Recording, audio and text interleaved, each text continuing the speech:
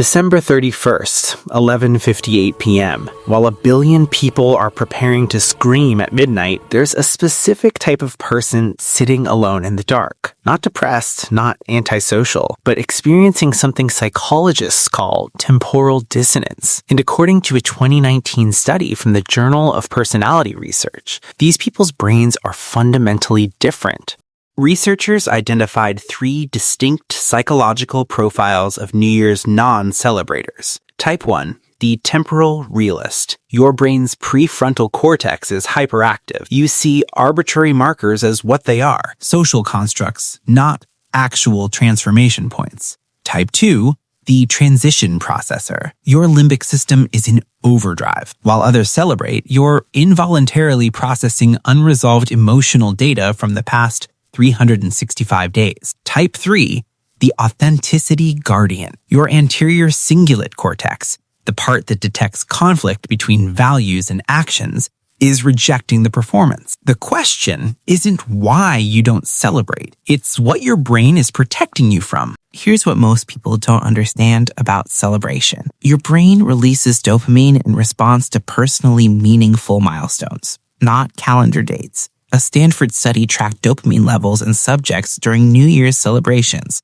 The findings were shocking. People who felt forced into celebrating showed a 37% decrease in dopamine, the same neurochemical drop seen during cognitive dissonance tasks. Translation: your brain literally experiences pain when forced to pretend a date is meaningful. But here's where it gets darker. Social psychologist Dr. Emma Chen discovered that non-celebrators experience what she calls celebratory gaslighting. Society tells you, everyone feels this way, just join in. But your nervous system is screaming, this doesn't align. That conflict? That's not dysfunction, that's integrity.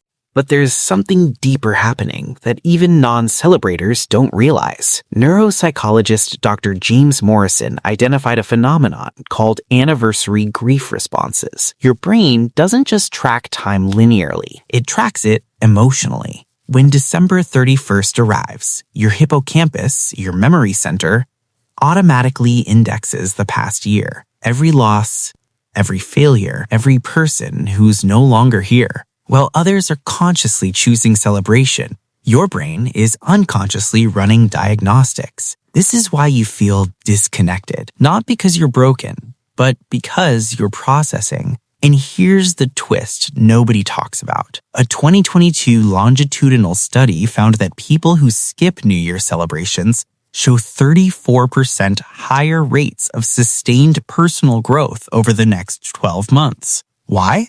Because they reset when they're actually ready, not when a calendar tells them to.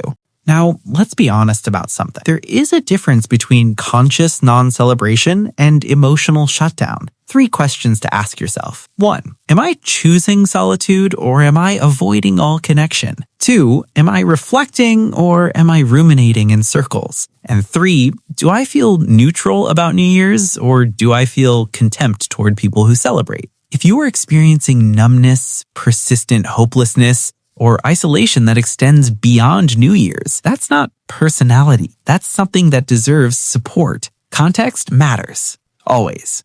Here's what researchers found about people who don't celebrate traditionally. They don't lack the capacity for renewal. They have a different renewal mechanism. Your brain resets through honest conversations that shift your perspective, books that rewire your thinking, losses that force you to rebuild, and random Tuesday mornings when something finally clicks. You're not waiting for January 1st. You're waiting for readiness. And that's not laziness. That's wisdom.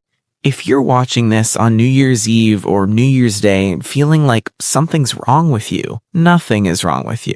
You're just someone who takes change seriously, who won't pretend growth is easy, who won't perform emotions they don't feel. The world will reset on January 1st. You'll reset when you're ready. If this resonated, do me one favor. Comment with the date you actually felt a real shift this year, not January 1st.